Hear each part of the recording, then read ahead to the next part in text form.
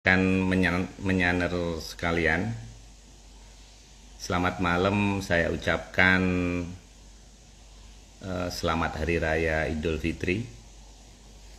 Besok kita Lebaran bagi yang merayakan, dan bagi rekan-rekan yang bisa pulang kampung, selamat menemukan benua Atlantis di rumah masing-masing bersama keluarga.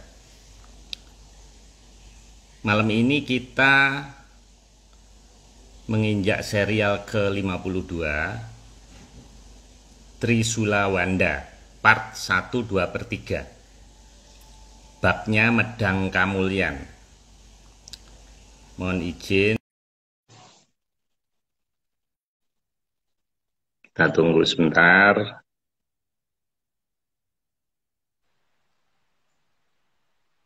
Halo, Pak. Halo, Mas Agung. Ya, nggak mudik, Pak. Selamat malam, Mas. Ya, selamat malam. Nggak mudik, Pak Marius. Enggak, Mas Agung. Saya jaga kandang. Nanti Oh, Atlantis gitu. nggak ada yang jagain, Mas, kalau ikut mudik. Mas Agung, saya mohon izin dulu, mau invite ada rekan kita, namanya Mbak Vicky Ananda ya. Ini saya search dulu. Ya, Wah, ini langsung 46, Mas Agung ini.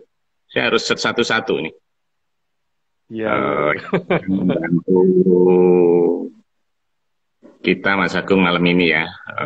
Sebentar rekan-rekan. Mbak Vicky, kan belum kelihatan ini. Oke, Mas Doni, oke, gabung. Ini Mbak Vicky udah ada ini. Mbak Vicky, oke, ya, sip. Mas Agung, ini kita spesial ya. Besok 1 Syawal, dan menurut catatan saya kita pernah mengadakan Instagram Live di 1 Suro itu pas Rebo malam juga, Mas. Tahun 2020, tanggal 20 Agustus. Jadi kita setiap malam pergantian ini selalu apa namanya, mengadakan Pas acara kebetulan ya. bahasan ini. Ini Mbak Vicky agak lama Muter-muter. biasanya yang ya muter-muter. Halo, Mas udah. Agung, Tapi masih kita muter-muter, belum ada, ada gambarnya. ya masih muter ya. Oke. Suaranya tapi sudah ada. Tapi orangnya belum ada. Halo, Gambarnya Mbak belum Vicky. ada. Halo, halo. Masih muter-muter, Pak Loh, Marius? iya. Iya, masih muter-muter. Atau Gak apa-apa. Gak apa-apa, yang penting suaranya saja. Oh, sorry. janganlah, Ya sudah. jangan. Mbak Vicky coba keluar dulu, atau ini saya invite lagi. Memang kadang-kadang begitu. Oke, oke, baik. Nggak apa-apa. Saya kan pengen kenalan juga, Mas Agung. Masa nggak kelihatan orangnya? Tarik. Saya ulang lagi. Nah, ini Mbak Vicky. Oke.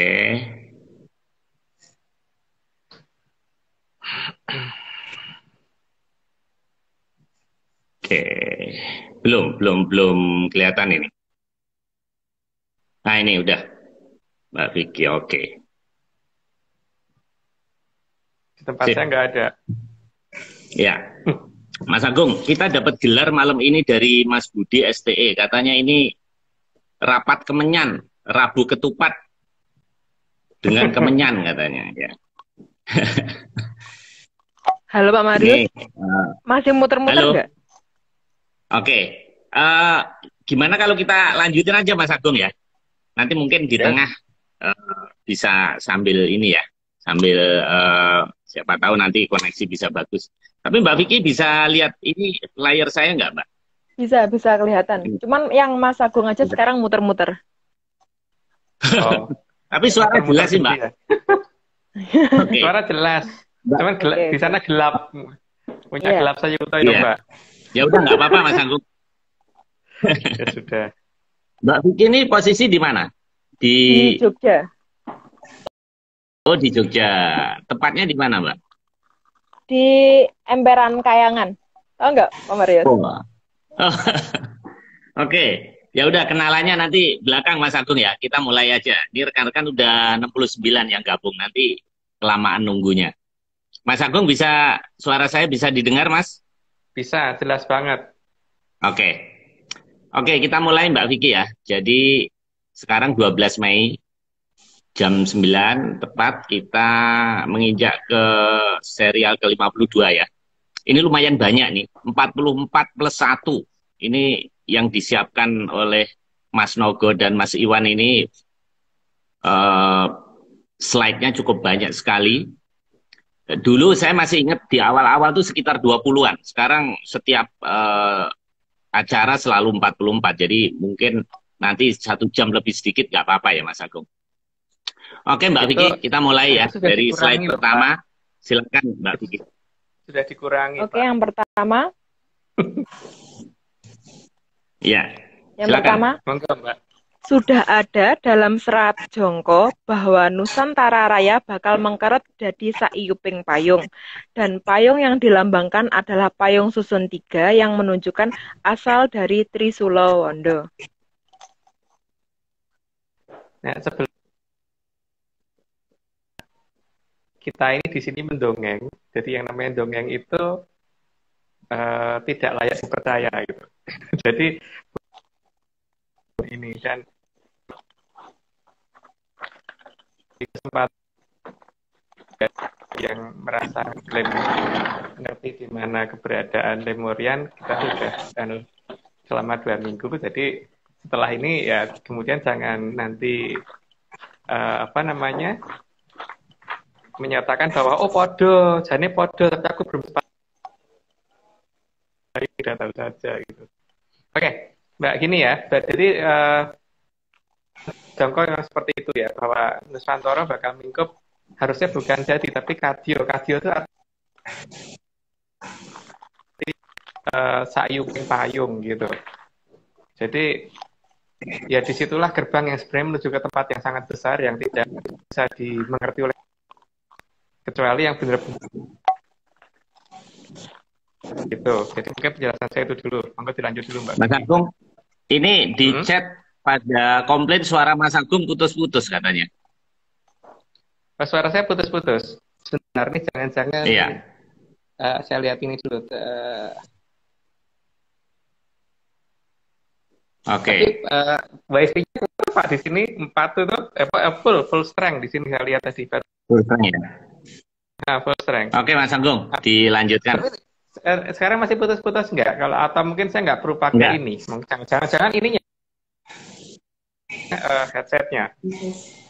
Iya Mas Agung. Ya, coba saya nggak pakai headset. Tadi ya. enggak. Aduh, bentar.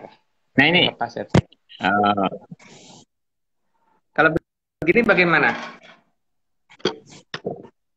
Lebih jelas atau nggak jelas? Lebih jelas atau lebih nggak jelas? Lebih jelas Mas. Visualnya ada yang bilang nggak kelihatan. Di tempat saya sih kelihatan sih. Jangan-jangan internet di sana yang lagi nggak beres. Ayo nyalain orang lain ya Pak. Ya padahal mungkin tempat kita ini. Oke. Monggo Mbak Vicky dilanjut. Mas Agung kameranya katanya mati ini Mas. Wah ini koneksi malam ini kelihatannya memang lagi rame nih Mas ini. Ini gini Mas Agung bisa nggak keluar dulu saya invite lagi ya? Oh, oke. Soalnya rekan-rekan pada bilang gambarnya burem.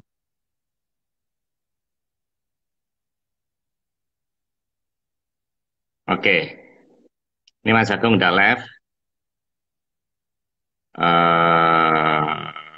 Oke, mohon maaf rekan-rekan ya. Saya invite lagi Mas Agung.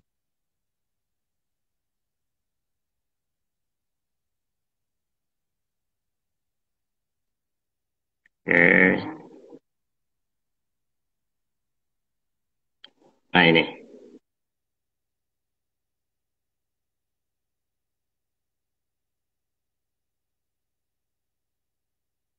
Ini saya sedang invite Mas Agung. Mohon bersabar rekan-rekan semuanya. Nah ini. Halo Mas. Halo, jelas nggak Pak? Jelas ini. Jelas ya? Ya. Ini pakai handphone lainnya Mas ya? Enggak, tetap kok. Enggak ganti Oke. HP. Kan saya ekonomi lemah, berarti HP cuma punya satu. Oke Mas Agung, tunggu sebentar. Ini Mbak Vicky udah masuk nih. Oke, kita ulang lagi ya rekan-rekan semuanya. Ya.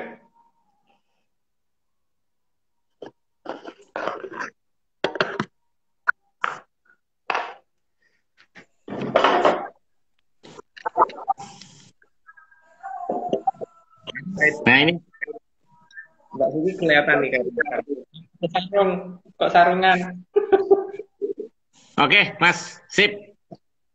Nah, itu Sip. udah. Oke Mbak Vicky,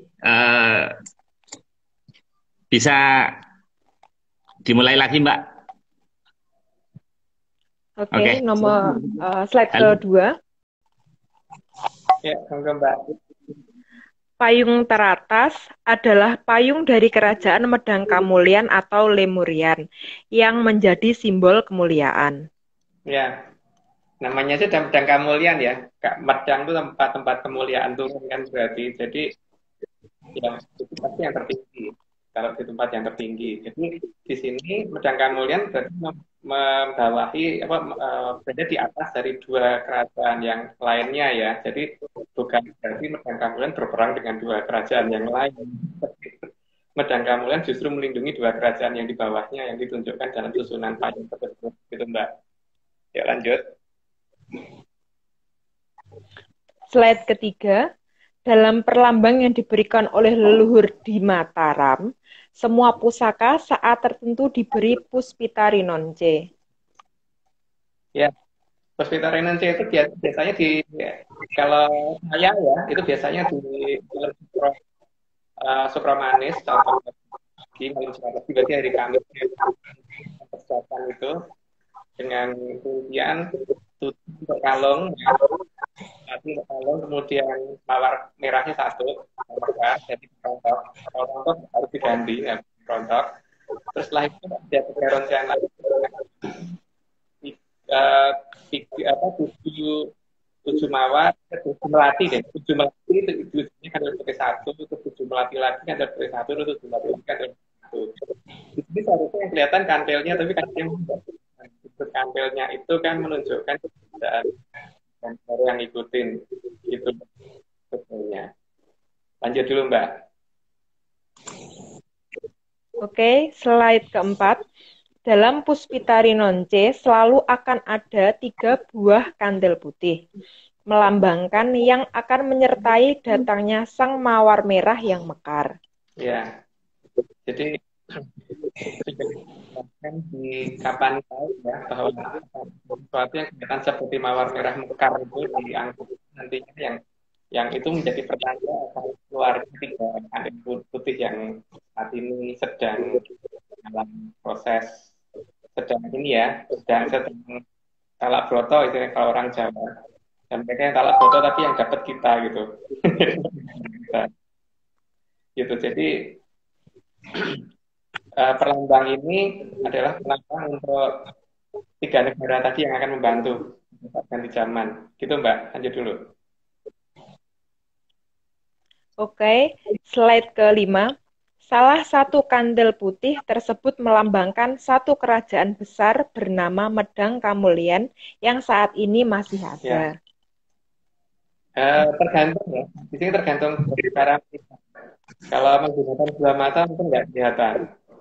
Tapi kalau menggunakan satu mata batin, mungkin akan kelihatan bahwa Medang Kamulyan itu masih ada sekarang dan itu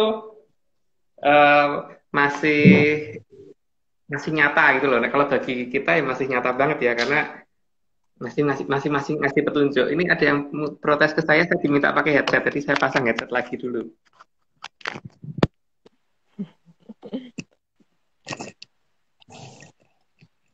Oke, monggo lanjut Mbak.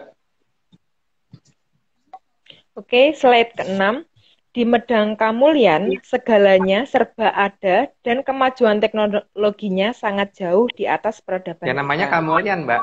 Kemuliaan ya, tempat kemuliaan dari tempat yang serba mulia itu berarti serba serba ada.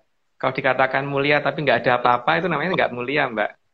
Dikatakan kemuliaan ya berarti memang semuanya harusnya serba ada, serba masyarakatnya serba nyaman, serba makmur, semua teknologi dari segala zaman ada, itulah yang namanya kemuliaan. Gitu, Mbak. Lanjut. Oke, slide ke-7.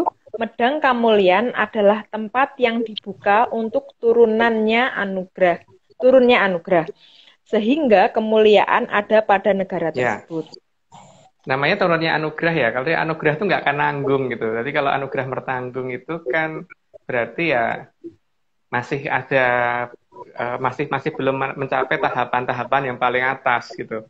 Tahapan yang paling atas itu berarti tahapan di mana semua teknologi adalah sudah mencapai batas maksimum, di mana perbedaan antara manusia dan dewa sudah hampir mirip gitu di sana. Gitu, Mbak. Lanjut. Oke, slide ke-8. Medang Kamulyan adalah peradaban yang ada sejak zaman Kala Ruwabara di zaman besar Kaliswara. Kita sudah pernah menjelaskan bahwa zaman dibagi atas 3 zaman kali, itu versi kita. Dan di zaman kali pertama dinamakan Kaliswara, dan di salah satu zaman di Kaliswara itu adalah zaman Kala-Ruwabara. Kemudian kita saat ini ada di zaman kali yang ketiga, ya. Dan di zaman kolonya Kolo Bendu gitu. Gitu, Mbak. Jadi itu sudah sangat-sangat lama sekali ya. Sangat lama sekali dan masih ada sampai dengan hari ini dan masih dipertahankan sampai dengan hari ini karena disitulah turunnya kemuliaan. Oke, Mbak. Gitu ya. Lanjut dulu. Oke, slide ke-9. Bahkan Atlantis dan Mojopahit juga berada dalam bimbingan Medang Kamulyan. Ya.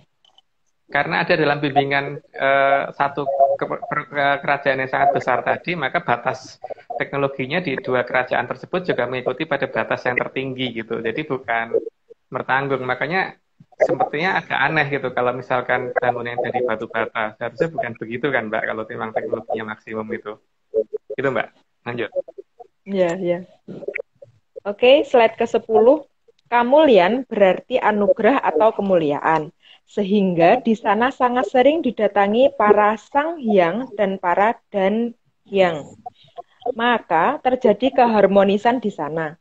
Sehingga sangat mirip situasinya seperti di Kayangan. Ya. Penggambarannya sebenarnya banyak diceritakan di banyak cerita pewayangan ya. Jadi seperti tentang turunnya Taman Mairokoco, terus kemudian seperti kerajaan yang digambarkan sebagai kerajaan yang dibikin oleh Sang Hyang Bathara Indra, digambarnya Kaendran dan sebagainya gitu. Dan memang di sana segalanya serba ada dan sangat tertata, sangat rapi sehingga itu menjadi suatu tempat yang benar-benar sangat luar biasa dan ya itu menurut dongeng saya ya. Jadi ya monggo. Kalau yang lain kan nanti mungkin anggapannya nggak ada ya sudah nggak apa-apa. Tapi emang sangat sempurna sekali wilayah itu. Sehingga memang seperti tempat, bukan seperti tempatnya manusia lagi, tapi seperti tempat yang benar-benar diimpikan semua orang gitu. Lanjut, Mbak. Oke, slide ke-11. Kamulyan kadang juga disebut Kamurian. Kebiasaan di bahasa Sanskerta maupun bahasa Kawi biasanya dengan menghilangkan suku kata depan. Maka Kamurian lebih sering disebut Murian. Sehingga Medang... Halo. Oh, ini terputus ya. Ini sudah pernah kita ceritakan juga bahwa Medang Kamulyan itu berasal dari kata ada kata padanannya yaitu Medang Kamurian. Seperti orang Jawa biasanya kalau bilang itu kan seperti Kang Mas dipanggil Mas, Mbak Yu dipanggil Yu dan sebagainya gitu. Itu berarti suku kata terdepan dihilangkan. Maka ada daerah namanya Negorowangi juga akan dipanggil Gorowangi gitu. Nah ini makanya kenapa yang tersisa tinggal nama Morian. Karena anak-anak itu kan kadang-kadang dipanggil sebagai Le atau Tole atau kadang-kadang dipanggil Le doang. Jadi kalau anak-anak dari daerah Medang Kamurian, maka dipanggilnya daerah Lemurian gitu. Jadi bukan Lemuria ya, Lemurian gitu. Lanjut, Mbak. Oke, slide ke-12. Karena ada kekhususan tersebut, maka dikatakan Medang Kamulian mempunyai gotro sendiri atau lingkungan Ya. sendiri. Ini nanti akan menjelaskan ke satu wilayah, tapi kita tidak berani membuka dalam satu wilayah yang kecil. Karena kalau satu wilayah yang kecil mungkin akan terlalu gampang untuk diraba kira-kira tepatnya titik pinpointnya di mana. Jadi mungkin ini akan menjelaskan wilayah satu kabupaten lah minimal. Tapi dalam satu kabupaten itu kita hanya boleh mencurigai daerah sebesar Sayupeng Payung ya. Nah gini, gotro itu kan artinya tempat yang sangat khusus ya. Jadi maka dikatakan Medang Kamulian ada tempat yang sangat khusus, maka dikatakan tempat sak gotro itu istilahnya. Coba lanjut dulu aja Mbak. Mungkin penjelasannya di bawah kali. Oke, slide ke-13. Sehingga Medang Kamulian menamakan Pulau Jawa dengan nama Pulau Sak Gotro atau satu lingkungan khusus dengan para dewa. Ya. Karena tempat turunnya para dewa dan tempat di mana manusia mendekati mempunyai tataran yang hampir sama dengan dewa, maka dikatakan tempat keluarga para dewa atau tempat yang sak gotro tadi, tempat yang sak. Ya makanya kalau yang saya tahu sih bukan dikenal sebagai Jawa Dipa ya, tapi yang dikenal sebagai untuk Medang Kamuliannya ya, dikenal sebagai daerah yang namanya daerah sak gotro gitu. Lanjut Mbak. Slide ke-14, karena perubahan zaman dan kebiasaan menyebut, maka nama Sak Gotro sering berubah sebutan menjadi Sagotra atau Sakgotrah yang artinya keluarga para dewa. Ya, mungkin sudah cukup jelas ya. Sakgotro kan kadang-kadang dipanggilnya cuma Sagotro, itu Sagotra. Kalau Sanskertanya kan A ya, berarti Sagotra. Kayak kadang-kadang kan untuk satu keluarga besar itu kadang-kadang nyebutnya Sagotra gitu. Maka kalau leluhur kan kadang-kadang nyebutnya Siro Sagotra gitu, Siro Sagotro atau Siro Sagotra atau Siro Sagotra gitu kan. Maka kata Sagotra itu adalah anak turun ya, kayak untuk khusus untuk penyebutan anak turun satu keluarga gitu. Yang di sini adalah yang dimaksud dari satu turun satu keluarga yang masih turun dari para dewa. Kita Mbak lanjut dulu. Nanti makin ke bawah kan makin jelas. Oke. Slide 15. Saat ini peradaban Medang Kamulian tidak mudah dilihat karena dilindungi cahaya keemasan milik Sang Hyang Wening. Makanya dilambangkannya pakai songsong agung warna emas. Karena ada perlindungan dari Sang Hyang Wening tadi. Sehingga kalau misalkan bisa melihat, maka sinar keemasan berbentuk songsong agung tadi akan kelihatan dalam lebar yang tidak lebih daripada Sayupeng Payung ya, selebar payung gitu. Oke Mbak, lanjut dulu. Oke, slide 16. Tidak mudah dilihat bukan berarti Medang Kamulian itu tidak ada. Karena kerajaan tersebut masih punya tanggung jawab ikut menjaga keberlangsungan peradaban ini, terutama di pergantian zaman menuju Kolosubo. Karena Trisulawondo itu ada tiga kekuatan dan salah satunya jatuhnya di Medang Kamulian, Mbak. Sehingga ada ini tugas yang harus diemban oleh Medang Kamulian untuk perubahan zaman di wilayah kita sebenarnya. Jadi sangat baik kan mereka itu yang dapat anugerah kita, tapi yang prihatin mereka gitu loh. Lanjut Mbak. Oke, slide 17. Karena Medang Kamulian tempat turunnya segala anugerah, maka segalanya menjadi indah dan semua kehidupan berlangsung dengan sangat baik.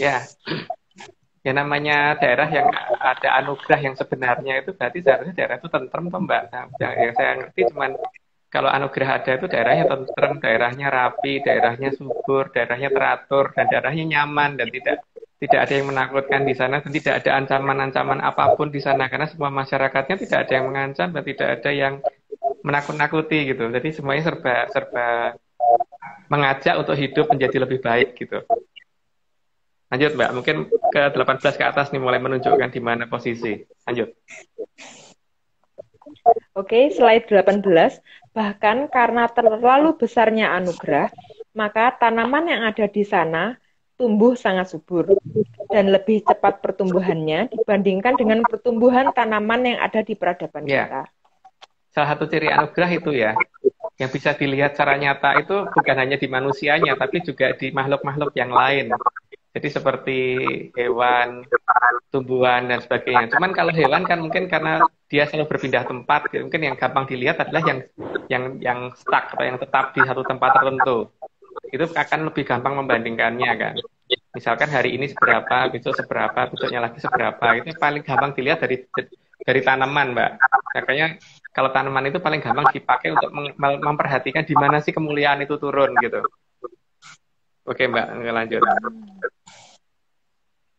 Oke, slide 19. Bahkan lokasi di luar Medang Kamulian yang masih sangat dekat dengan garis batas juga masih bisa menerima kesuburan bagi tanaman di sekitarnya. Ya, maka di sini kemudian paling gampang kita melihat dari perkembangan jenis tanaman yang ada di sekitar garis batas tadi gitu. Jadi kalau misalkan kan pasti decoy itu banyak ya, pasti jebakan-jebakan itu banyak supaya kita meneliti di salah posisi gitu tuh banyak sekali. Nah, tapi di sini ada yang tidak bisa dibohongin, Mbak. Jenis tanaman dan sebagainya itu akan bisa kita lihat bahwa di daerah dekat garis batas itu pasti tanamannya paling subur, walaupun mungkin di situ jarang mungkin pas nggak turun hujan, pas musim kemarau sekalipun daerahnya tetap tidak seperti di daerah yang lain gitu, yang tanamannya mulai menguning, mulai mencoklat. Ya di situ tetap hijau dan hijaunya tetap bagus gitu. Gitu, Mbak, lanjut.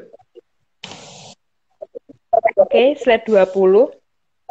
Maka kerajaan Mataram juga memanfaatkan anugerah ini, sehingga menjadikan daerah sekitar garis batas kerajaan Medang Kamulian sebagai lumbung Nah, pangan. ini mungkin menjadi lebih jelas ya, cuman kita tidak membuka nama lokasi detail, nama desa tidak ya, nama lokasi kabupaten juga tidak, tapi daerah mana yang layak dicurigai kan mungkin sudah mulai kelihatan ya, bahwa daerah yang dipergunakan Mataram untuk lumbung padi itu untuk menanam padi tersebut karena sudah dipilih menjadi daerah yang sangat subur, dan daerah itu karena ada di daerah dekat garis batas dengan kerajaan Medang Kamulian, maka daerah itulah yang dipilih oleh Mataram untuk menjadikan tempat sumber pangannya gitu. Lanjut, Mbak. Oke, slide ke-21. Karena Mataram juga sangat tahu tentang Medang Kamulian, maka Panembahan Senopati membangun kerajaan Mataram di barat dari Lumbung. Makanya jangan kaget kalau putranya Pak Panembahan Senopati itu Raden Ronggo. Itu nama kesatriannya kan Keranggaan. Dari nama Keranggaan ke utara ke selatan, maka kita akan mendapatkan nama-nama wilayah yang menunjukkan urutan keraton, seperti di Pakem Pewayangan gitu. Maka seharusnya Mataram zaman Panembahan Senopati itu ada di dekat Jakarta. Gitu ya, Mbak. Lanjut, Mbak. Itu Mas Agung, di Cibubur ada nama daerah Keranggan, itu ada hubungannya nggak? Emang itu. Emang itu.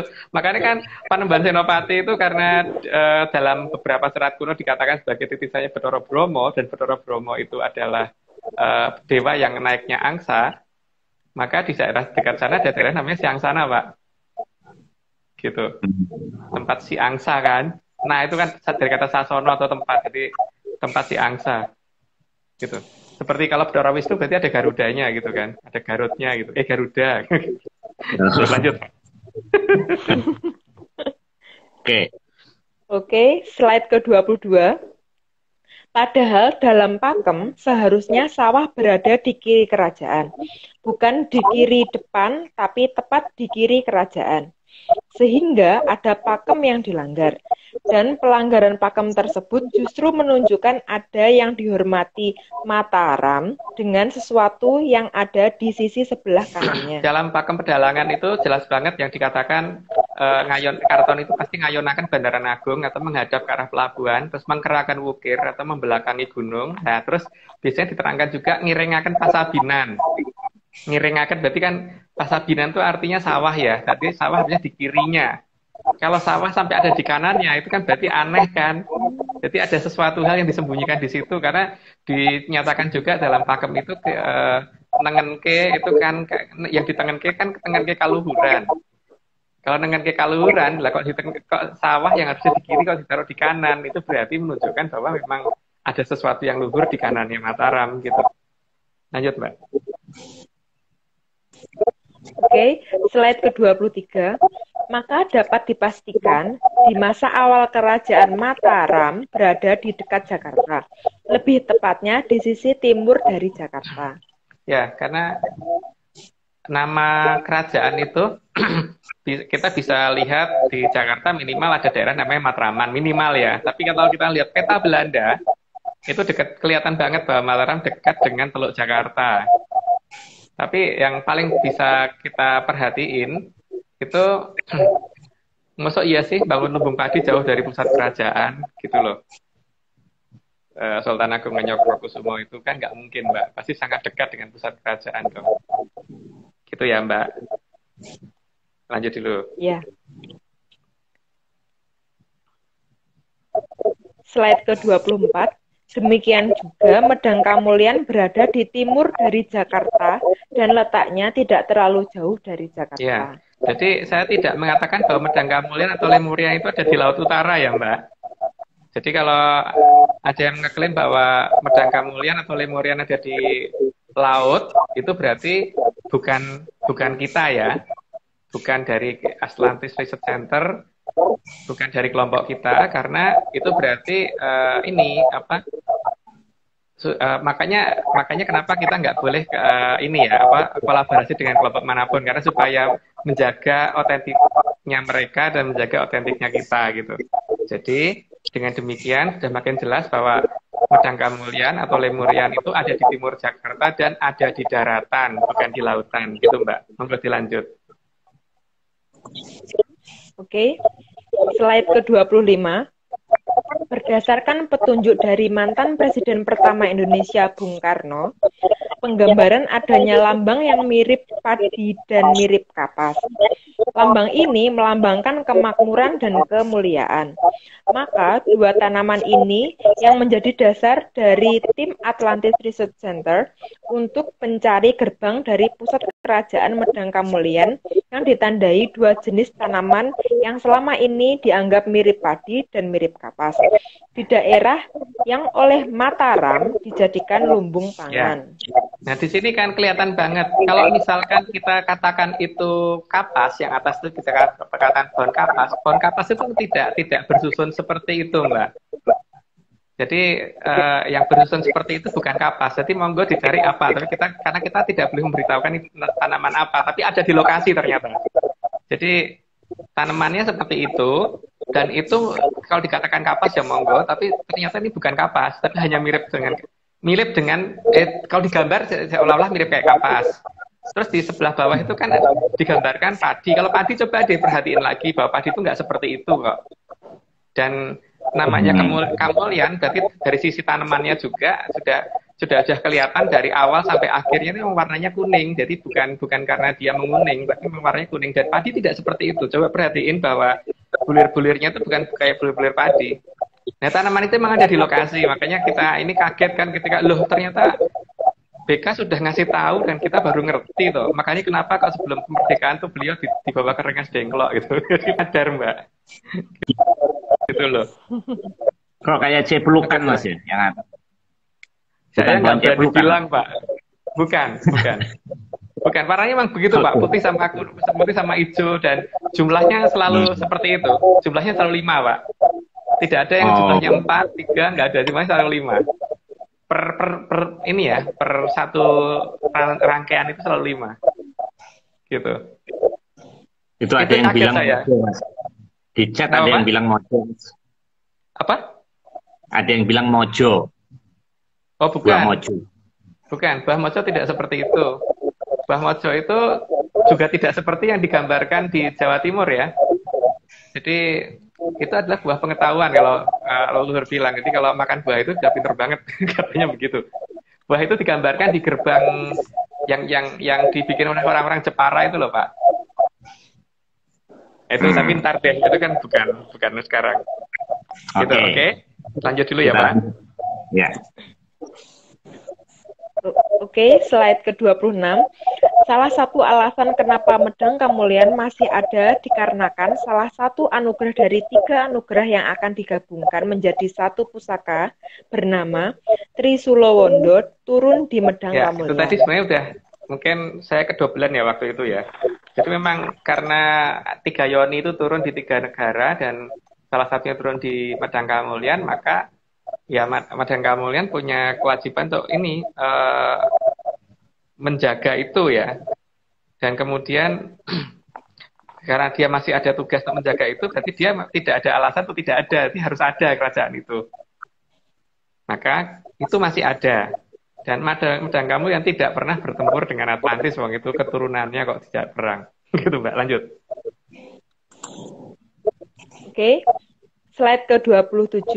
Karena Trisulowondo salah satunya akan datang dari Medang Kamulyan, maka daerah di dekat tempat disembunyikannya Yoni Trisulowondo dinamakan daerah Pusaka Jaya. Ya, itu hanya suatu kode aja ya, bahwa ada satu pusaka besar di sana. Maka kemudian ada daerah namanya Pusaka Jaya, dan Pusaka Jaya itu pasti ada 2 wilayah, pasti ada utara dan selatan, bukan timur dan barat. Karena memang posisinya nanti utara dan selatannya kan ada Mojopahit di sebelah sana, Mbak. Jadi sebagian dipegang Mojopahit, sebagian dipegang Atlantis, dan sebagian dipegang oleh itu. Makanya Pusaka Jayanya ada 2. Gitu. Tapi nama itu tidak berarti ada di posisi itu ya, karena kalau saya perhatikan lokasi itu sekitar puluhan kilometer ya, bukan hanya kilometeran, tapi puluhan kilometer dari lokasi. Jadi kalau saya tarik garis lurus menggunakan benang itu sudah lebih dari 10 kilo sih, gitu ya.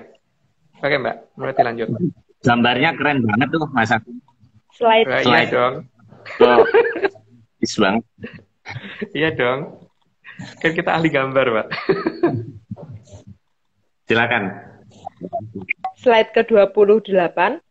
Salah satu wujud Trisulowondo yang akan menjadi bilah paling kiri yang dulu sudah diterima oleh Sang Mahaprabu Sri Mahapunggung. Ya, Sang Mahaprabu Sri Mahapunggung itu bapaknya, kalau di ini ya, pokoknya itu salah satu raja di Medang Kamulyan. Mungkin kalau saya cerita detail nanti tidak ketahuan dari siapa itu. Tapi gini ya, itu salah satu raja di Medang Kamulyan yang sangat-sangat dihormati. Itu sangat-sangat hebat, sangat-sangat sakti di waktu itu dan tidak terkalahkan. Jadi itulah yang sebenarnya menerima itu beliau, kemudian diturunkan ke putranya dan kemudian sedang dibawa oleh salah satu keturunannya sampai dengan hari ini dan masih disembunyikan di daerah yang dinamakan Pusaka Jaya, tapi Pusaka Jaya yang tidak di peta ya. Karena kalau Pusaka Jaya yang di peta itu jaraknya sudah lebih dari 10 kilo dari lokasi yang Sakyuping Payung tadi, Mbak. Gitu loh. Oke, Mbak, monggo dilanjut. Oke, slide ke-29.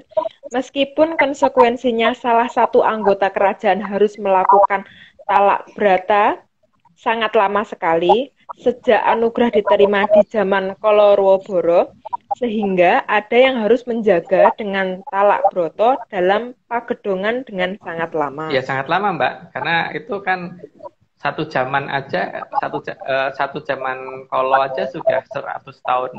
Satu mangsa Kolo aja sudah 100 tahun matahari. Satu zaman Kolo itu berapa? Terus kemudian satu zaman Kali berapa? Sedangkan itu ada di kali pertama, kita ada di kali ketiga ya. Sangat lama sekali. Dan ya memang kalau manusia biasa nggak bisa, itu memang benar-benar sudah manusia setengah dewa sih, sehingga sanggup untuk melakukan talak broto segitu lamanya. Dan tidak berubah secara fisik, tetap muda ya muda gitu. Lanjut Mbak. Oke, slide ke-30. Meskipun harus melakukan hal yang sungguh sangat berat, tetapi Medang Kamulyan tempat orang yang sangat jujur dan tidak suka memiliki yang bukan haknya. Ya, karena pada dasarnya gini ya, mereka tahu bahwa mereka cuma ketitipan. Dan ketitipan itu juga ada konsekuensinya, harus menjaga gitu kan. Dan menjaga dan juga harus merawat dan juga jangan sampai itu hilang. Dan Medang Kamulyan tidak ingin menghai itu gitu. Maka pada waktunya nanti memang akan diberikan.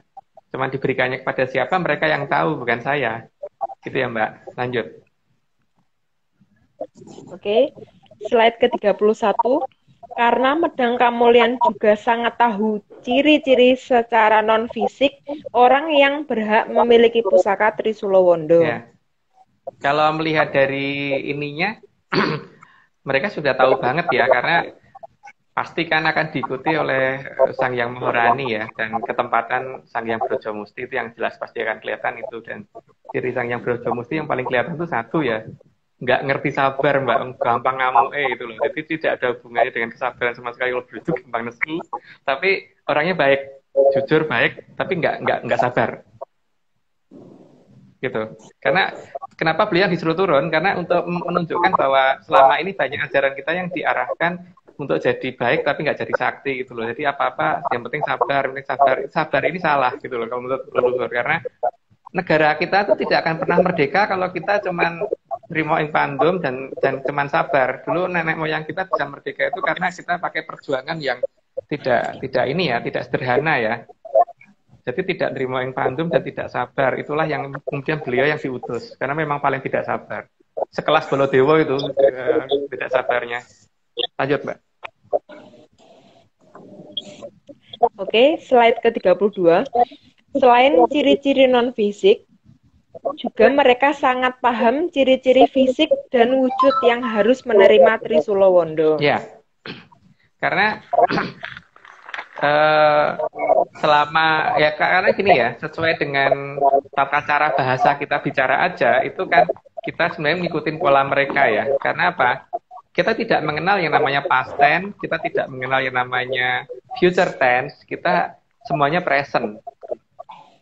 Karena bagi mereka apa-apa itu adalah bisa dilihat di hari ini, entah itu masa lalu dan masa depan, maka mereka bisa ngerti nanti siapa dan seperti apa itu mereka sudah tahu persis gitu Mbak. Jadi mereka juga tidak akan salah sasaran menyerahkan itu nanti. Gitu. Oke, lanjut Mbak. Oke, slide ke-33. Maka Trisulowondo akan diserahkan kepada sosok yang jelas Medang Kamulyan sudah tahu dan tidak akan salah dalam memberikannya. Ya. Kan gini ya, untuk kesabarannya kan 3 negara ini sudah cukup sabar kan, jadi yang menerima pasti orangnya nggak sabaran gitu. Yang kelihatannya sih seperti itu nantinya, karena ini ya, kenapa harus sampai didampingi oleh dari 3 negara tadi dan dari 3 negara tadi dilatih sabarnya sampai sekian abad, itu kan berarti menunjukkan bahwa yang akan diturunkan nanti adalah sesuatu yang tidak sabar gitu. Dan ini Medang Kamulyan tahu persis ini nanti siapa, ini udah tahu banget. Lanjut Mbak. Oke, slide ke-34. Tujuan Talak Broto, salah satu anggota kerajaan di sana, adalah supaya jangan sampai pusaka Trisulowondo disalahgunakan. Karena mereka juga yang akan menerima akibatnya jika disalahgunakan. Ya, terlalu besar efeknya kalau disalahgunakan. Mungkin belum bisa dibayangkan seperti apa ya, tapi yang jelas kalau senjata Nenggolo aja itu dipakai gebuk Gunung Jugruk, ya itu lebih dari itu gitu loh. Jadi ya makanya tidak boleh disalahgunakan sama sekali. Jadi betul-benar harus ini, dan bagi mereka yang terima dan nanti bertugas menjadi pengawasnya itu benar-benar harus sanggup untuk memberi tahu, dan bukan malah disetir oleh nanti yang turun. Jadi justru mereka yang harus bisa mengatur nantinya, sehingga harus mempunyai kekuatan lebih dibandingkan yang memegang nanti. Gitu Mbak. Oke, slide ke-35. Maka Sang Hyang Wening menutupi wilayah tersebut agar tidak terganggu daerah lain. Tujuannya agar tidak mengganggu Talak Broto yang dilakukan salah satu anggota keluarga istana di sana. Ya, butuh ketenangan mereka memang masalahnya di situ. Walaupun di sana kerajaannya sangat ini ya, sangat sibuk, tapi kesibukan mereka itu ada daerah yang benar-benar akan menjadi daerah yang sangat sepi di sana. Maka di daerah itulah Talak Broto dilakukan. Makanya supaya tidak terganggu harus diadakan penyekatan dengan wilayah kita, sehingga ketika itu ditutupi sehingga kita hanya bisa melihat daerah itu seolah-olah dari lingkup Saiyuping Payung tadi seperti yang ada di Jongko. Sebenarnya ada di Jongko sih masalah hal ini, tapi ya mungkin karena penjelasan di beberapa serat Jongko itu tidak lengkap, sehingga mungkin kurang detail tentang penjelasan tentang wilayah sing sayu ping payung tadi. Oke Mbak, dilanjut aja.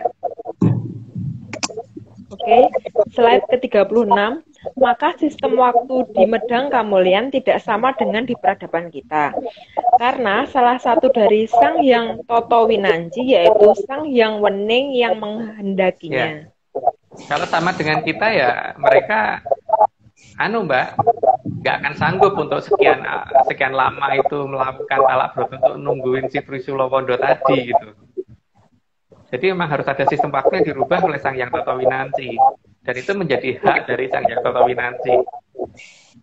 Dan sudah kita jelaskan di yang dulu bahwa Sang Hyang Toto Winanci dari urutan dari Sang Hyang Obro Pesti paling atas sampai dengan yang terbawah itu di Bedoro Guru dan Bedari Umo. Tapi ini yang memerintahkan adalah Sang Hyang Wening, jadi di atasnya Bedoro Guru atau di atasnya Sang Hyang Jagat Pratingkah versi saya ya. Jadi kalau ada yang berbeda ya monggo aja gitu. Jadi di sini memang tujuannya dibikin berbeda waktu itu supaya tidak supaya sanggup gitu menjalani itu. Yang Wening sendiri juga tidak akan sebegitu tega membiarkan waktu berjalan sama. Kalau waktu berjalan sama ya pasti nggak akan, kira-kira ya mereka nggak akan kuat. Maka ya harus dibikin waktu yang dengan ukuran waktu yang berbeda, tapi paralel dengan waktu kita gitu. Bingung kan? Kalau bingung ya sama Mbak. Ya, lanjut.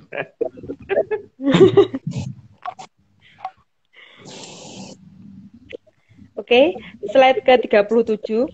Sehingga Medang Kamulyan hanya bisa dilihat dengan mata batin yang cuma satu. Ya. Kalau batin ada dua kan orang jadi bingung kali ya, jadi punya kepribadian ganda. Jadi batin kita kan cuma satu.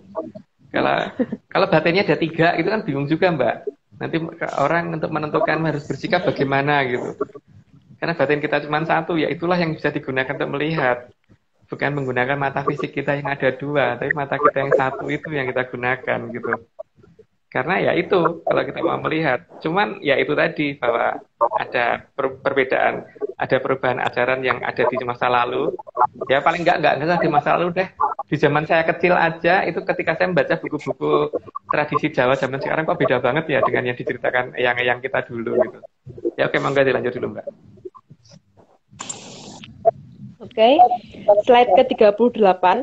Maka salah satu ajaran yang diberikan ke Mataram adalah pakem pedalangan wayang kulit di mana satrio digambarkan bermata satu. Ya. Makanya kan dalam pakem pewayangan kita itu yang dikatakan pakem benar-benar pakem itu kan yang wayang kulit, bukan wayang orang. Dan wayang kulit itu selalu digambarkan dari samping. Dan ketika digambarkan dari samping itu matanya cuma satu. Tapi kalau buto enggak loh. Tapi kalau buto ada yang matanya satu juga sih. Tapi untuk yang buto yang paling berbahaya itu matanya dua. Tapi untuk manusia seperti satrio, terus kemudian raja, dewa, Bathara, dan yang lain-lain itu rata-rata matanya digambarkan satu gitu. Karena untuk menunjukkan bahwa sebenarnya itu ajaran supaya kita tuh lebih cermat dalam mengamati sesuatu. Karena kalau mengamati sesuatu dengan cermat itu biasanya kan pakai mata sebelah atau mata satu. Contohnya kalau Mbak lagi melihat sesuatu pakai teleskop itu kan biasanya mata sebelah doang kan Mbak? Atau sniper itu nginceng kan juga pakai mata sebelah kan, bukan pakai dua mata kan. Jadi itu sebenarnya ajaran supaya orang lebih teliti. Gunakanlah yang mata satu itu gitu. Lanjut Mbak. Oke, slide ke-39. Dalam penggambaran wayang kulit, untuk wujud para Bathara juga bermata satu. Iya, sudah saya jelaskan tadi. Jelas matanya cuma satu. Mau dibolak-balik juga cuma sebelah. Matanya cuma satu. Karena tidak ada wayang kulit yang digambarkan dari arah depan. Kecuali ini ya, di Bolosrewu atau di Buto yang gede, Dorokolo itu biasanya digambarkan bermata dua. Tapi untuk yang dari tataran satrio, dari tataran dewa, dari tataran Bathara, dan Sang Hyang yang ke atas, kecuali Bathara Kala itu biasanya bermata satu semua. Termasuk Bathara Guru sendiri bermata satu. Gitu. Walaupun Bathara Guru dikatakan tapai Bathara Kala gitu. Lanjut, Pak. Oke, slide ke-40. Namun, wayang kulit untuk buto yang paling berbahaya, seperti Batara Kala, Ya digambarkan itu bermata baru dua. saya tak sebut. Bukan hanya itu ya, tapi Aji Bolos Rewu juga digambarkan gitu juga, mata dua. Terus Kumbolo Geni itu yang biasanya ada di balik dari gunungan itu juga di gini. Jadi kan untuk menunjukkan bahwa ada gunungan yang berbahaya untuk dibuka dan ada gunungan yang aman untuk dibuka. Dan untuk gunungan yang bahaya untuk dibuka itu dilambangkan kalau dibuka nanti akan menghasilkan api yang menyala-nyala dengan ada dua mata gitu kan. Nah, itu yang dikatakan sebagai Kumbolo Geni. Tapi kalau untuk yang dikatakan sebagai Bolos Rewu itu biasanya dilambangkan ketika titisannya Wisnu Triwikromo karena sedang marah. Triwikromo menjadi Bolos Rewu itu dilambangkan buto raksasa besar yang matanya dua. Begitu juga Bathara Kala turunannya gitu. Jadi seperti Rahwana, Birojo dan sebagainya itu juga dilambangkan sebagai buto dengan dua mata gitu. Di sini kita tidak menyindir apapun ya. Kita hanya menjelaskan tentang wayang kulit yang ditunjukkan oleh Mataram ya. Jadi bukan kita mau membandingkan dengan apa. Jadi jangan dibanding-bandingkan ya. Gitu. Oke, lanjut, Mbak. Oke, slide ke-41. Sebagai bentuk penghormatan luar biasa untuk salah satu Yoni Trisulowondo, maka Yoni ditempatkan di salah satu mahkota. Ya. Trisulowondo nanti emang dari 3 mahkota ya. Tapi yang satu di sini salah satu mahkotanya adalah mahkota yang dimiliki dari kerajaan Medang Kamolian, dari kerajaan Lemurian. Dan itu sudah dipersiapkan dari lama. Dan itu disimpan di daerah yang namanya Pusaka Jaya. Tapi Pusaka Jaya yang ditunjukkan, yang dipakai untuk menyimpan itu bukan di Pusaka Jaya yang ada di peta kita ya. Karena beda itu, sudah beda jauh banget tempatnya gitu. Dan ini gambar mahkotanya bukan seperti ini ya. Ini kan karena susah aja nyari gambar, akhirnya sedapatnya seperti ini ya, udah ini gitu. Jadi mahkotanya bukan seperti ini bentuknya. Kita lanjut, Mbak. Oke, slide ke-4. Mahkota selalu ditinggikan melebihi pusaka yang lain. Ya. Kalau pusaka kalau keris itu kan ditaruhnya disempitkan di belakang ya Mbak. Demikian juga patrem. Kalau patrem itu kan pusaka yang biasa dipakai untuk perempuan ya. Kalau dalam bahasa Jawa Timur dikatakan cundrik itu. Jadi kan yang cundrik atau patrem itu untuk perempuan. Kalau untuk yang laki-laki kan keris atau duung, biasanya disebut begitu. Begitu juga tombak. Tombak kan dipegangan di tangan. Kalau enggak di tempat ditaruh di landean. Tapi yang kalau pas lagi mau digunakan berarti dipegang di tangan. Tapi kalau mahkota itu tidak akan pernah ditaruh di belakang, tidak akan pernah dipegang di tangan, tapi akan selalu ditaruh di atas kepala karena itu selalu ditinggikan. Ini artinya kekuatannya pasti sangat luar biasa karena selalu sangat dihormati, bahkan sama yang menjaga ini sangat menghormati itu, maka ditaruhnya di atas kepala. Sesuatu yang ditaruh di atas kepala, kalau orang Jawa itu berarti sesuatu yang sangat-sangat dihormati. Makanya kalau zaman dulu, raja-raja itu menggunakan mahkota, di mana mahkotanya itu melambangkan kayangan tempat Bathara yang nipis ke beliau, gitu. Misalkan Prabu Kresna, gitu. Berarti mahkota yang digunakan adalah kayangannya Bathara Wisnu, gitu kan. Makanya ada aturan-aturan di situ. Sementara kalau Bathara Wisnu pasti kayangan Babelan yang digunakan. Karena yang disunggi adalah yang ada di kayangan Babelan tadi. Nah, ini demikian juga ini ya. Karena ini dianggap sebagai sesuatu benda yang sangat berharga dan sangat-sangat mempunyai kekuatan besar, maka oleh 3 negara tadi, unit pusaka itu ditaruhnya di mahkota, bukan di tempat yang bisa ditaruh sembarangan begitu. Gitu, Mbak. Kayak Wonder Woman, Mas ya? Kayak ikat kepala Wonder Woman juga di kepala. Iya. Lah kebetulan emang ya perempuan yang megang Pak sekarang.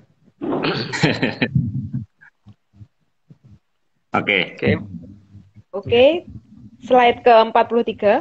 Pusaka Trisulowondo juga sanggup menghadang serangan Daru Beksi yang saat ini sudah mulai menyebar kemana-mana. Ya. Cuman mungkin saya tidak cerita detail ya di sini karena kan Daru Beksi sudah ada diceritakan kemarin walaupun juga nggak lengkap gitu. Cuma hati-hati aja deh. Semoga saja masih bisa terbebas dari ini ya, Daru Beksi ya, karena Daru Beksi ini sesuatu yang tidak terlihat, Dan untuk gejala awalnya kemarin sudah kita sebutkan, yang lebih parah seperti apa, yang sangat parah seperti apa ya.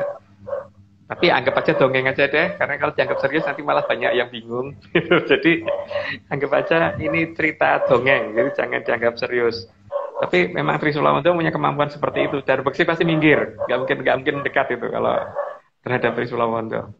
Karena Moho Prabu yang menggunakan pun ditaruh di mahkota, bukan ditaruh di tempat yang sembarangan gitu. Oke Mbak, dilanjut. Oke, slide ke-44. Ayo. Tejaning kang kekuwung.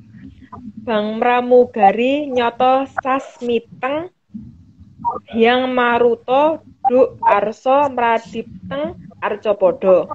Manglong luhuring ngacala maweh seng seming dumadi.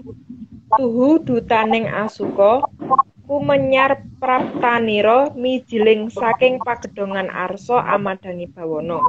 Tuhu ayu ningrat sang kertaning kamulyan. Ya, ini titipan pesen kan, jadi kita mencoba latihan bicara menggunakan bahasa yang dimengerti oleh Medang Kamulyan secara umum ya. Bukan berarti mereka nggak ngerti bahasa Indonesia ya, mereka bahasa Indonesia ngerti, mereka bahasa Jawa ngerti, mereka bahasa Sunda ngerti, malah saya mungkin yang bahasa Sunda nggak ngerti gitu loh, orang lama tinggal di Sunda tapi nggak ngerti Sunda itu ya saya itu. Kalau mereka tahu semuanya, tapi karena saya mencoba menghormati mereka, maka saya mencoba menggunakan bahasa yang digunakan di daerah tersebut gitu. Walaupun mungkin ya masih agak agak nyanyak nyunyuk gitu, masih kurang sempurna gitu lah aku ngomong gitu. Ya tapi begitulah. Dan ini tidak untuk dipahamin kok. Yang penting ini pernyataan kita ke sana bahwa kita sudah mengerti, sudah mulai paham, dan terima kasih kepada mereka yang ada di Pagedongan Medang Kamulyan. Gitu Mbak. Ini ada kredit title nih. Apa itu Pak? Ada kode lagi nih. Kami tahu dan mendengar 4 Februari. Oh ya, itu masalah 4 Februari. Yang kemungkinan nanti akan dikembalikan kok Pak. 4 Februari itu mungkin tanggal pengembalian gitu loh. Oh. Karena ya semoga dalam jangka waktu yang nggak begitu lama lah terjadi yang apa yang dikatakan oleh leluhur yang sudah dikatakan dari lama itu tentang kumangbange watu hitam sileme prau gabus itu loh Pak. Nah, apakah itu watu hitam ya mungkin nanti dilihat. Tapi yang jelas sileme prau gabus kumambange watu hitam itu semoga akan ini ya ditandain, akan dikembalikannya itu, sehingga ketika semua pihak sudah menyatakan bahwa itu tidak mungkin, itu sudah ditemukan, itu sudah rusak, itu sudah berantakan, nanti akan keluar dalam bentuk yang masih utuh, sempurna, lengkap, dan akan bercerita apa yang sebenarnya terjadi. Gitu. Semoga begitu ya Pak. Semoga loh ya, karena ini bukan wewenang saya. Jadi saya yang bisa mengatakan semoga. Semoga 4 Februari. Semoga loh. Apakah 4 Februari itu ya? Ini di slide pertama tadi agak kurang jelas ya. Jadi, kok mengkeret ini? Jadi menuju perbaikan karena kalau tadi bilang kan menuju jam kebahagiaan, tapi Nusantara mengkeret jadi 3 Mas. Yang slide pertama. Jadi gini Pak. Sebenarnya mengkeret itu karena kita yang salah pandang, salah melihat. Tapi merekanya tidak mengkeret, berarti tidak menciut, tidak berkurang sebenarnya.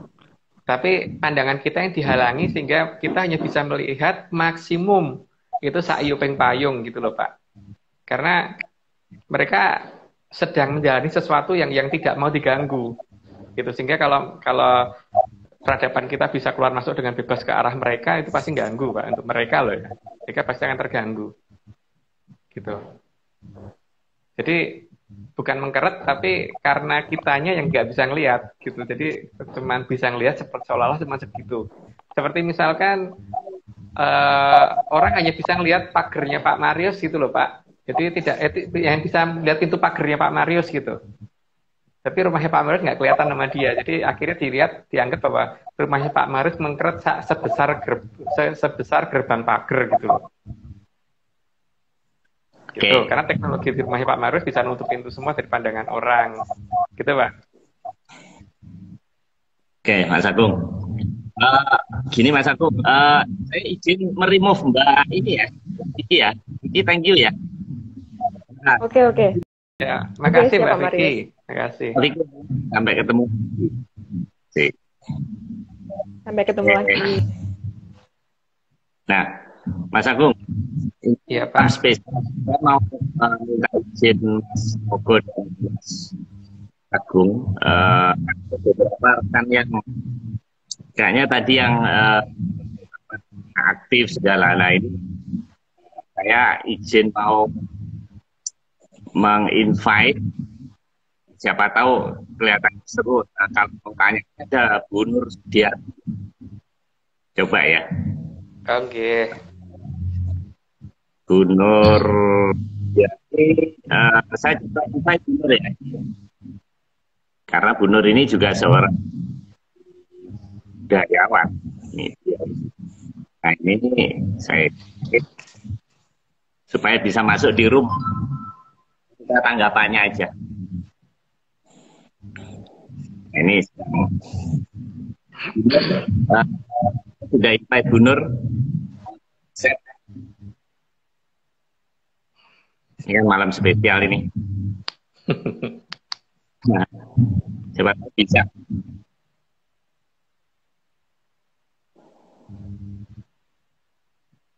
Nah, kelihatannya susah ini. Iya. Masuk Mas Agung. Nggak bisa ya? Tadi, ya. Nggak bisa. Mungkin Bu Nurnya nggak ngelihat, jadi nggak ini. Nggak ACC. Nggak, ya. Terima, accept. Betul.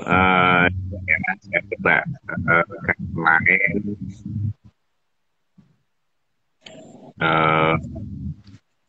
Nggak bisa Mas ini. Mungkin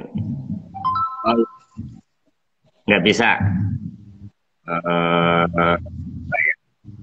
Satu lagi nih. Mas Agung, ini saya invite beberapa kan, siapa tahu bisa masuk. Ini minggu depan ini topiknya masih sama nggak? Kan Masih. ini baru masih tentang Trisolondo itu kan empat ini ya Pak, 4 episode. Ini baru masuk kedua kan, berarti masih kurang 2 lagi. Tapi besok itu yang tentang Atlantisnya. Karena 3 negara ini kan kita harus menjelaskan bahwa ini ada pusaka dari 3 negara gitu kan. Dan sekalian itu menunjukkan bahwa kalau 3 negara ini kekuatannya disatukan, dan ini kan menunjukkan bahwa mereka tidak pernah perang gitu loh sebenarnya. Diminta untuk menjelaskan itu karena ada waktu pas Zoom kemarin ada yang mempertanyakan kenapa Atlantis dan Lemuria perang. Loh kapan? Oh, nggak pernah kok. Nah, kayaknya ini sekalian untuk menjelaskan itu. Tapi kalau mereka tetap menganggap mereka pernah berperang, itu hak mereka gitu. Tapi ini ada yang masuk, Pak. Halo. Halo.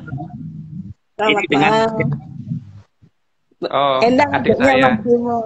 Adiknya Mas Bimo. Dari Tual ini, Pak. Adik saya. Iya. Apa? Ditanyakan?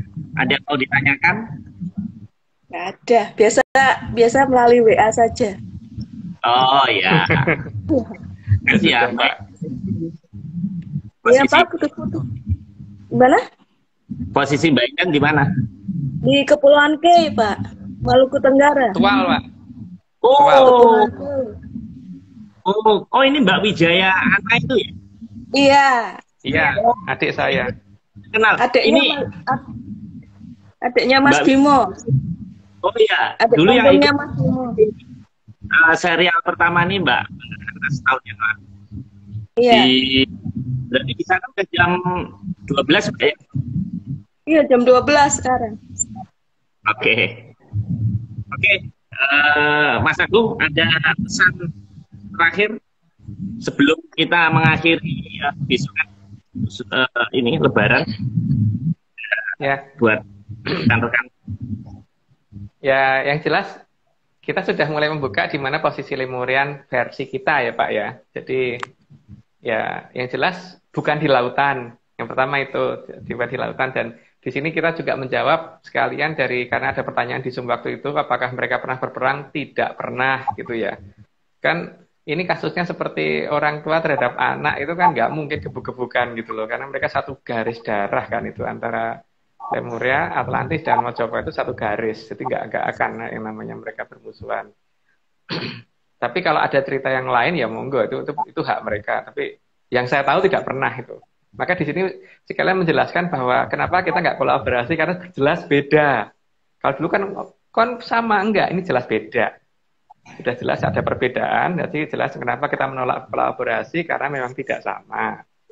Dan untuk menjaga otentiknya, keaslian atau original data yang mereka miliki dan original data yang kita miliki, bahwa original data yang mereka miliki bahwa Lemuria pernah perang dengan Atlantis, kalau kita perang dengan Atlantis gitu kan, itu original data yang kita dan mereka masing-masing berbeda ada di situ. Dan kita menunjukkan di mana sebenarnya, walaupun saya tidak menyebutkan nama kabupatennya, pasti sekarang harusnya sudah pada paham kira-kira Lemuria itu ada di mana gitu kan. Dan kita mempunyai 153 data dan hari ini kita buka 2. Tapi nggak tahu apakah nanti dijadikan lagi untuk buka lebih dari itu, karena untuk yang lain terlalu detail, untuk nama lokasi dan sebagainya terlalu detail, seperti petunjuk jalan, arah dan sebagainya terlalu jelas, jadi mungkin itu tidak berani kita buka. Tapi untuk teman-teman yang ini ikut ekspedisi ke lapangan ya mungkin akan tahu gitu. Tapi itu juga tidak akan saya ajak sampai mendekat banget karena bahaya Pak. Nanti kalau sampai di sana pengen masuk terus nggak mau pulang, saya repot nanti kalau ada orang ikut saya terus hilang gitu kan, saya kena masalah. Tapi Mas Agung, Lemuria ini kira-kira seluruh bangsa Indonesia atau dunia? Kenapa kok di semuanya gitu Mas? Aduh, putus-putus suaranya Pak. Lokasinya. Lagi pelan-pelan. Lagi pelan-pelan.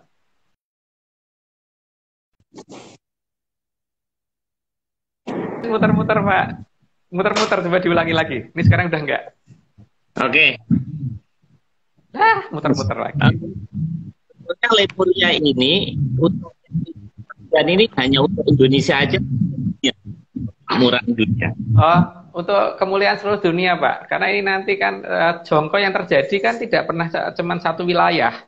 Misalkan dikatakan bahwa besok bakal bakal ono wewe putih ngabraseng wedon gitu.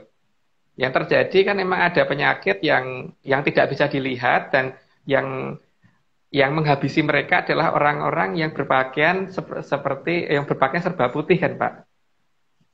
Iya. Yeah. Gitu kan. Terus dikatakan bahwa besok ono pasar ilang kumandangi. Jadi kalau pada saat-saat awal Covid kemarin, mall dan pasar-pasar yang tutup, mall yang tutup itu kan bukan hanya di Indonesia, Pak. Seluruh dunia kan. Terus dikatakan ada negara ilang ngerenge, negara ilang singere itu. Itu kan bukan hanya di Indonesia, bahkan sampai New York aja sepi kan, Pak. Jadi kejadian ini itu untuk dunia, bukan untuk satu wilayah di Indonesia. Gitu ya, Pak ya? Ya. Sudah cukup jelas. Tapi kan kalau melihat yang dua biasanya di Pulau Jawa terus, nanti di Pulau Jawa pada marah. Loh, masalahnya tuh kan memang pusatnya ada di sini. Gitu loh, Pak. Masalahnya pusat di sini. Ya ada yang ngomong pusatnya Lemuria ada di Laut Jawa, itu hak mereka. Tapi kalau bagi saya tidak pernah Lemuria ada di Laut Jawa. Lemuria itu ada di sini, ada di timur Jakarta dan nggak jauh dari Jakarta gitu. Dan posisinya pasti tahu lah Limbung Padi yang di zaman Mataram itu di mana, pasti ngerti lah. Cuma saya nggak mau sebut nama kabupatennya ya. Tapi jelas di kabupaten itu gitu. Apalagi pertanda yang diberikan BK itu ada banget Pak. Dan itu bukan padi dan kapas ya versi kita ya. Karena kita lihat, kita sempat menemukan itu pada saat di lapangan dan kelihatan Pak. Kalau dari lokasi padi dan yang dikatakan mirip dengan padi dan kapas tadi, itu jelas banget payungnya 3 kelihatan. Tapi kalau geser 1 meter nggak kelihatan. Oke. Gitu. Oke, Mas Agung. Mbak Wijaya Ana di Luku telah bersedia join via Atlantis. Sama-sama. Kan kalau sinyal kurang bagus, selalu kendalanya sinyal, tapi tiap Rabu malam tetap bagus. Dan terima kasih Mas Tuhan yang telah menyiapkan plus 1 slide dan juga ke dan rekan-rekan semua. Saya ucapkan Idul Fitri bagi maaf lahir batin, salam menyan. Ya, selamat Idul Fitri dan salam menyan. Nah. Bye.